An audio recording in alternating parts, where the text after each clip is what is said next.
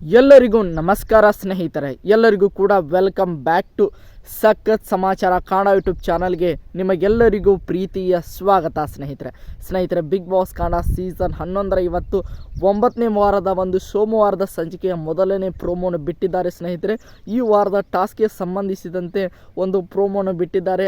ಆ ಪ್ರೋಮೋದಲ್ಲಿ ಏನೇನೆಲ್ಲ ಇದೆ, ಈ ವಾರದ ಟಾಸ್ಕ್ಗಳು ಯಾವ ರೀತಿಯಾಗಿ ಇರಲಿವೆ, ಇದೆಲ್ಲದರ ಸಂಪೂರ್ಣ ಡೀಟೇಲ್ಸನ್ನು ನಾನು ಈ ವಿಡಿಯೋದಲ್ಲಿ ನಿಮಗೆ ತಿಳಿಸ್ಕೊಡ್ತಾ ಹೋಗ್ತೇನೆ. ಸ್ನೇಹಿತರೆ, ಅದಕ್ಕೋಸ್ಕರ ನಮ್ಮ ಚಾನಲ್ಗೆ ನೀವಿನ್ನೂ ಸಬ್ಸ್ಕ್ರೈಬ್ ಮಾಡ್ಕೊಂಡಿಲ್ಲ ಅಂದರೆ ಎಲ್ಲರೂ ಕೂಡ ಚಾನಲ್ಗೆ ದಯವಿಟ್ಟು ಸಬ್ಸ್ಕ್ರೈಬ್ ಮಾಡ್ಕೊಳ್ಳಿ.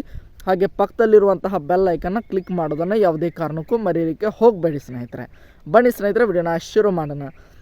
ಈ ವಾರದ ಒಂದು ಟಾಸ್ಕ್ಗಳು ಏನಪ್ಪ ಅಂದರೆ, ಈ ವಾರ ಬಿಗ್ ಬಾಸ್ ಮನೆ ಒಂದು ಬಿಗ್ ಬಾಸ್ ಸಾಮ್ರಾಜ್ಯ ಆಗಿದೆ. ಸ್ನೇಹಿತರೆ, ಆ ಸಾಮ್ರಾಜ್ಯಕ್ಕೆ ನಮ್ಮ ಕ್ಯಾಪ್ಟನ್ ಆದಂತಹ ಉಗ್ರಂ ಮಂಜು ಅವರು ಒಬ್ಬ ರಾಜ ಆಗಿದ್ದಾರೆ, ಅಂದರೆ ಕಿಂಗ್ ಆಗಿದ್ದಾರೆ ಅಂತಲೇ ಹೇಳ್ಬೋದು. ಸ್ನೇಹಿತರೆ, ಇವನು ಕೇವಲ ಒಬ್ಬ ಒಳ್ಳೆಯ ಕಿಂಗ್ ಮಾತ್ರ ಅಲ್ಲ, ಒಳ್ಳೆಯ ಕಿಂಗ್, ಅದರ ಜೊತೆಗೆ ಕಪಟಿ ಕಿಂಗ್, ಅದರ ಜೊತೆಗೆ ಮೋಸಗಾರ ಕಿಂಗ್, ಎಲ್ಲ ರೀತಿಯಾಗಿ ಎಲ್ಲ ಅಂಶಗಳು ಇರುವಂತಹ ಒಬ್ಬ ರಾಜ ಅಂತ ಹೇಳ್ಬೋದು. ಒಂದು ಲೆಕ್ಕದಲ್ಲಿ ಹೇಳೋದಾದರೆ ಇವನೊಬ್ಬ ಸರ್ವಾಧಿಕಾರಿ ಅಂತ ಇರುವಂತಹ ಒಬ್ಬ ರಾಜ ಅಂತಲೇ ಹೇಳ್ಬೋದು.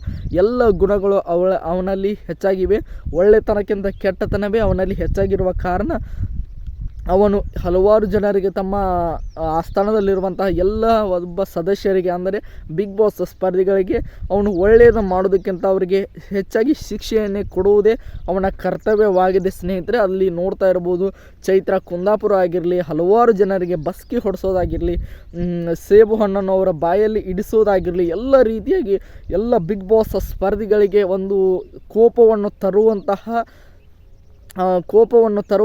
ಸಿಟ್ಟು ಭರಿಸುವಂತಹ ಕೆಲಸಗಳನ್ನೇ ಈ ಒಂದು ಪ್ರೋಮೋದಲ್ಲಿ ತೋರಿಸ್ತಾ ಇದ್ದಾರೆ. ಸ್ನೇಹಿತರೆ, ಎಲ್ಲರೂ ಈ ರೀತಿಯಾಗಿ ನಮ್ಮ ಉಗ್ರ ಮಂಜು ಅವರು ಕ್ಯಾಪ್ಟನ್ಸಿ ಟಾಸ್ಕಲ್ಲಿ, ಅಂದರೆ ರಾಜನ ರೀತಿಯಾಗಿ ಈ ರೀತಿಯಾಗಿ ಹೆಚ್ಚಾಗಿ ನಡೆದುಕೊಂಡರೆ ಅವರ ವಿರುದ್ಧ ನೀವು 4ನೇ ಸೀಸನಲ್ಲಿ ಕೂಡ ಈ ಟಾಸ್ಕನ್ನು ನೋಡಿರ್ತೀರ. ಅಲ್ಲಿ 4ನೇ ಸೀಸನ್ ವಿನ್ನರ್ ಆದಂತಹ ಪ್ರಥಮ್ ಅಂತಲೇ ಹೇಳ್ಬೋದು. ಪ್ರಥಮ್ ಅವರಿಗೂ ಕೂಡ 50ನೇ ದಿನದಲ್ಲಿ ಒಂದು ಸರ್ವಾಧಿಕಾರತ್ವ ಅನ್ನುವಂತಹ ಒಂದು ಟಾಸ್ಕನ್ನು ಕೊಟ್ಟಿರ್ತಾರೆ. ಸ್ನೇಹಿತರೆ, ಎಷ್ಟು ಬೇಕೋ ಅಷ್ಟೇ ಅವರು ಹಲವಾರು ನಿಯಮಗಳನ್ನು, ರೂಲ್ಸ್ಗಳನ್ನು ಎಲ್ಲವನ್ನು ಕೂಡ ತರಲಿಕ್ಕೆ ಹೋಗ್ತಾರೆ. ಸ್ನೇಹಿತರೆ, ಅದಾದ ನಂತರ ಕೊನೆ 2 ರಿಂದ 3 ದಿನ ಆದಮೇಲೆ ಅವರ ಮೇಲೆ ಒಂದು ಆಸ್ಥಾನದ ಸ್ಪರ್ಧಿಗಳು, ಅಂದರೆ ಬಿಗ್ ಬಾಸ್ನ ಸ್ಪರ್ಧಿಗಳು ಅವರ ಮೇಲೆ ದಂಗೆಯನ್ನು ಕೂಡ ಏಳಿಕೆ ಶುರು ಮಾಡ್ತಾರೆ. ಸ್ನೇಹಿತರೆ, ಇಲ್ಲಿ ಕೂಡ ಅದೇ ಕಾನ್ಸೆಪ್ಟ್ ಇರುವಂತಹ ಲಕ್ಷಣಗಳು ಇವೆ.